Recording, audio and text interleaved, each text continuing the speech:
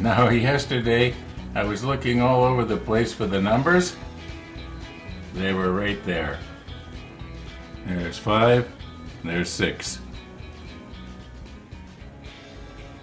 Now, there's something I want to do here before I actually start gluing, and that is I want to take a sample of the sprue. We obviously don't need this one anymore. So what I'm going to do is I'm just going to take this piece, I'm going to put a part of it in a test tube with isopropyl alcohol, and I want to see if the alcohol will dissolve the plastic. And the reason I want to find that out is because I have recently discovered that isopropyl will dissolve this acrylic paint that I'm planning on using. So let's assume I was to paint something and I really screw it up bad, and I think, now what am I going to do? It might be possible that I can sort of maybe get the paint off using isopropyl and not harm the plastic. So I'm just going to take a sample off here. Okay. And also, I'm just going to take another couple of pieces and glue them together using the old Tester's cement that I've got from years ago. Just see how potent that is. And then if it doesn't work out, then I can always use the new Tamiya stuff. Anyway, it's a bit of a plan here for today. Not real important, but you know, I was just thinking I'm probably being really foolish here. There isn't that much left in there, and this is at least 35 years old, more like 40. And you know, how expensive is this? So I'm just gonna let this go. In other words, it's history.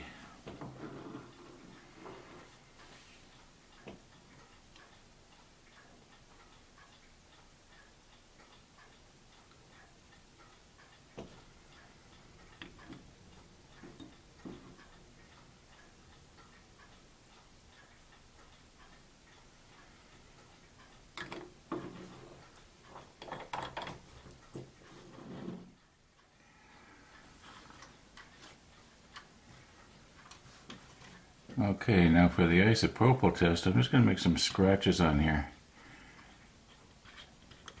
And we'll just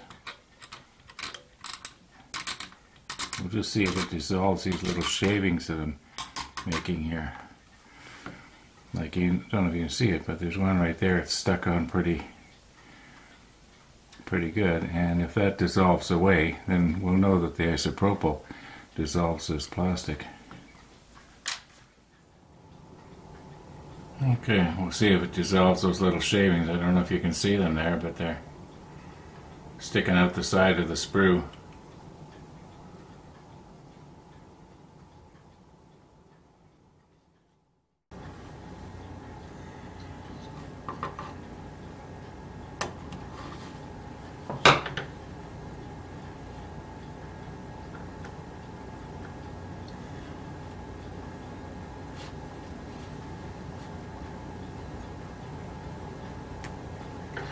Well, that seems to have glued together very, very well.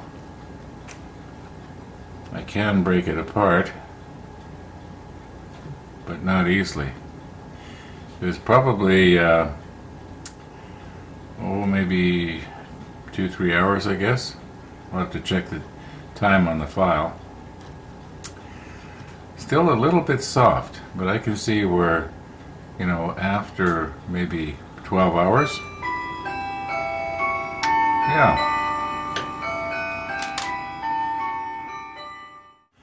Now this plastic is extremely slippery. Doesn't want to stay on the end of the piece there.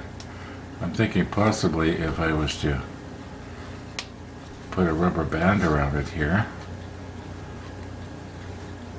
you know, it might grab onto the rubber a little better. At least that's my thinking. I don't know. We'll soon know. How would be best to grab onto this?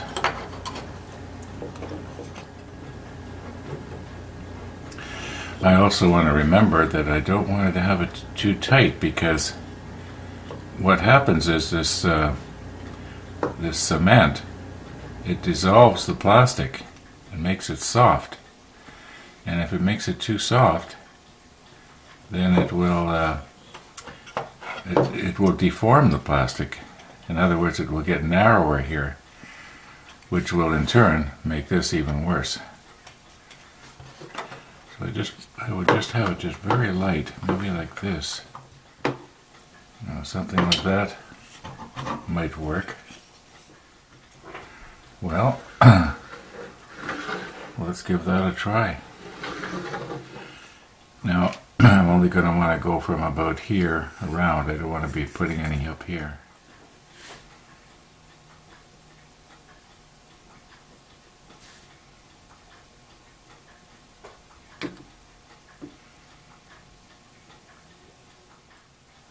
The odor from this glue is quite strong. No, I hope I didn't put on too much here.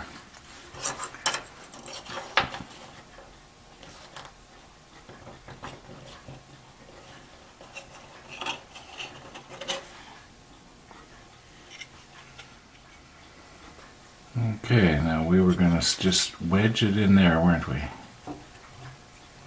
And just let it sit very gently. Maybe just a little tighter there. Well, I can see that the plastic here is not together. It is now when I hold up my fingers. Yeah, I think it's together. Keeps wanting to slip out.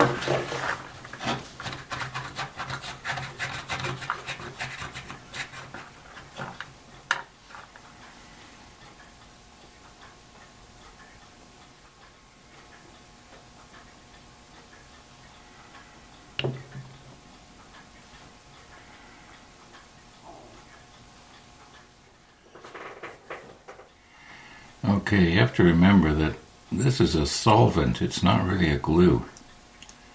The idea is it's supposed to dissolve the plastic so it welds together. So I'm just going to leave that for a few hours and see what happens. Now I was going to throw this out, but you know the little applicator that's in there? Well, I already know that it'll withstand a really strong solvent. So, yeah, I'm going to somehow dispose of this glue that's in there. I think the best way to do it is just dump it outside. At least I won't have to mow the grass in that spot. I don't know how else to dispose of it. I don't have a nuclear furnace, and I can't put it in orbit so that it'll end up in the sun. So I think no matter how you pour it down the drain, so to speak, it's going to contaminate the atmosphere. Even if I use it on a model, it's going to contaminate the atmosphere. You can't win. Now, when I was messing around trying to get these elastic bands on the clamp here, I should have remembered that when I made my metal etch bender, I had used this stuff, and it worked really well. At least on glass, it didn't slip. And I've got some other stuff like these are what you would put on the bottom of, say, like, you know how on the bottom of your laptop or something like that. I mean, it sticks so good you could almost put it on the wall. Well, not really, but anyway, why couldn't have I taken something like that and stuck it on the end? So I think that's what I'm going to do, at least for the next time.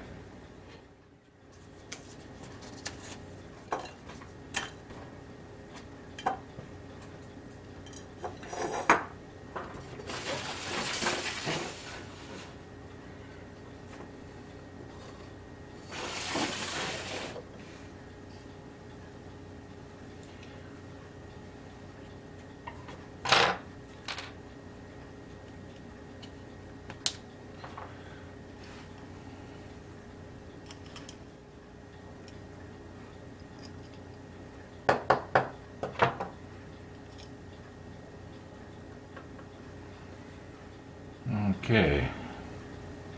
Did it dissolve those? Well, let's move in really close and have a little close look here. Meantime, I gotta get the lid on this here. Isopropyl is cheap, but no use wasting it.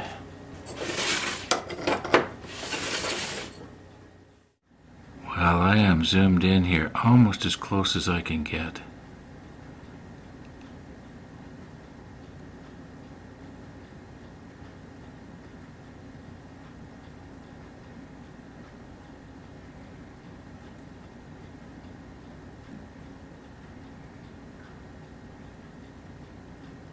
Now I would say offhand that yes, the isopropyl did slightly dissolve these. However, it was about 12 hours ago that I put them in. In other words, quite a bit of time has passed. I know it's only just been a few minutes in the video, but it was about 12 hours ago. Okay, so a couple of things here. I was editing out the last few clips here. That's the way I do it, by the way. I've mentioned that before. That I'll shoot a little and then I'll edit it, and then I'll come and I'll shoot a little bit more and then I'll go back and I'll edit. Kind of breaks it up for me. But you will remember when I tapped these tweezers? Well, that was stupid because the ends of those tweezers are extremely delicate. And I didn't bend them as near as I can tell, but I think I could have. So I won't be doing that again. And way back, probably about 7 years ago, I did a video, and I was using these cheap dollar store clamps. They were only $1 each. And I bought 6 like this and 6 like this. And I was complaining about how they don't hold very good. But you know, for model making, I think they might just be great. And they were only $1. So anyway, let's just try and replace our elastic band here and see how this is going to hold. Put one down here. Does it want to slip out of there? No. I don't want to squeeze too hard. Just enough here. Is that going to want to hold? No, not really. Maybe I'm going to have to use a different kind of rubber here. Well, it's holding all right like that. Now when I squeeze this together here, is it going to separate there?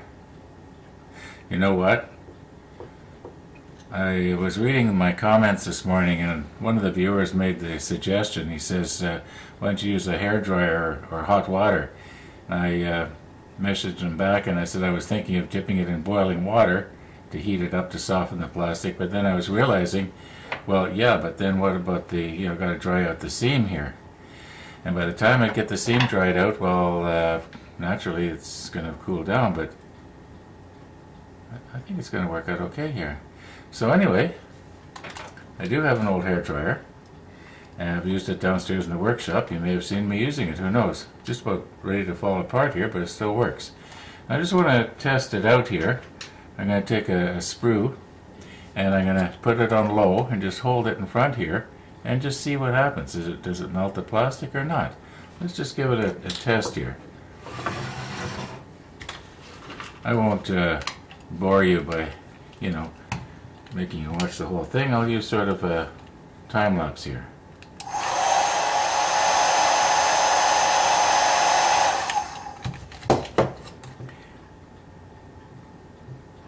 Well, offhand, I would say that that's about as hot as it's going to get, or as warm as it's going to get on low.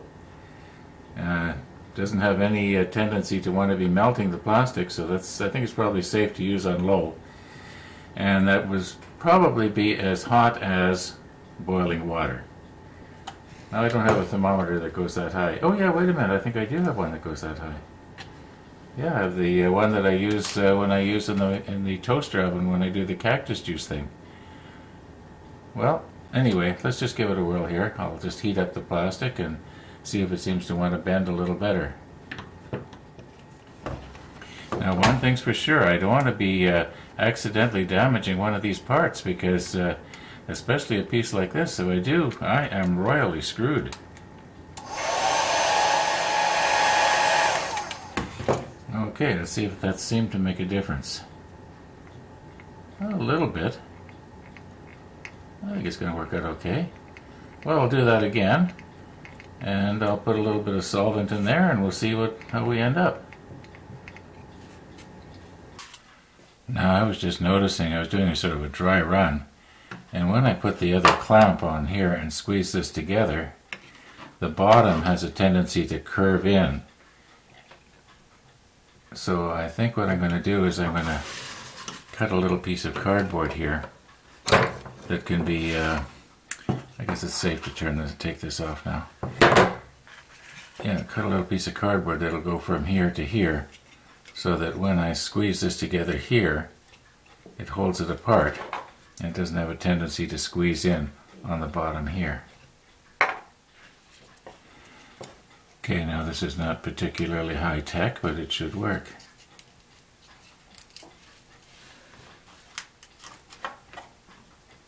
Yeah.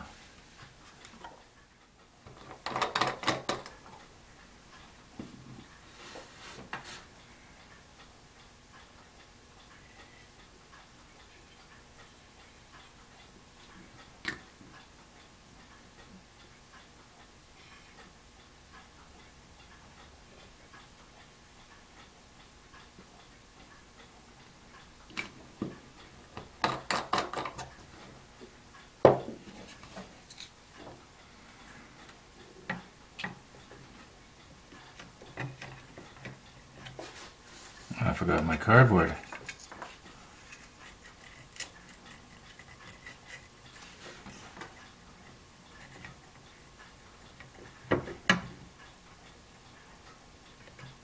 Now only tight enough to hold the seam together. Now I'll apply my heat and hopefully the plastic will conform a little better that way.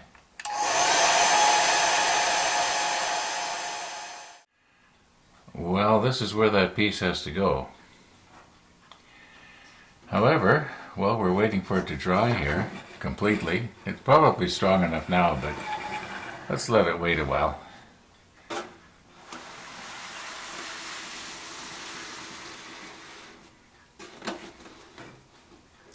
Okay, we've got these. Now I ran my video back because these are numbered. One is called number 5 and the other is called number 6. And the one that we had, or that I had thought, that I had maybe cut a little bit too close to the edge, which is this one right here, is actually number 5.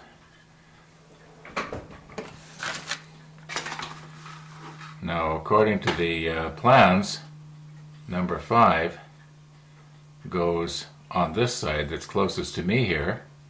Okay, here's the bow. The bow is that away. Okay, so this one right here is number 5. Put number 6 over here for the time being. Now number 5 might be kind of hard to see there, but there is a slight outline that shows how it's supposed to go. It's not recessed enough. Let's see, if I have it go that way, does it want to go that way naturally? Or maybe if I turn it around this way.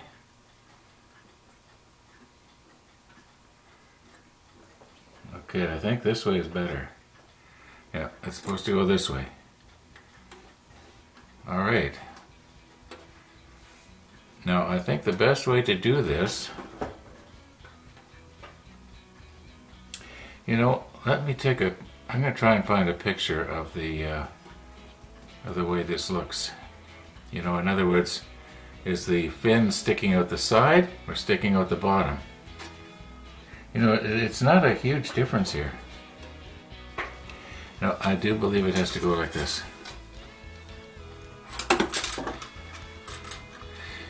I'm wondering, how am I going to hold this in here?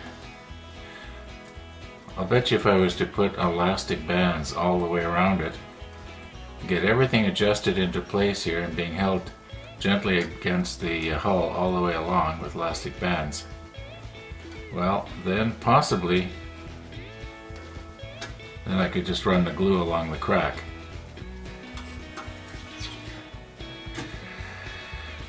You know what? That's going to be tomorrow. Thanks for watching, and we'll see you tomorrow. I'm going to go on the internet and I'm going to try and find some pictures of the Bismarck when it was in dry dock. There's got to be something out there that's declassified by now. Do those stabilizing fins go out the side, or do they sort of point down? I kind of think they're more or less out the side. Or maybe at a 45-degree angle. Anyway, should be able to find something here.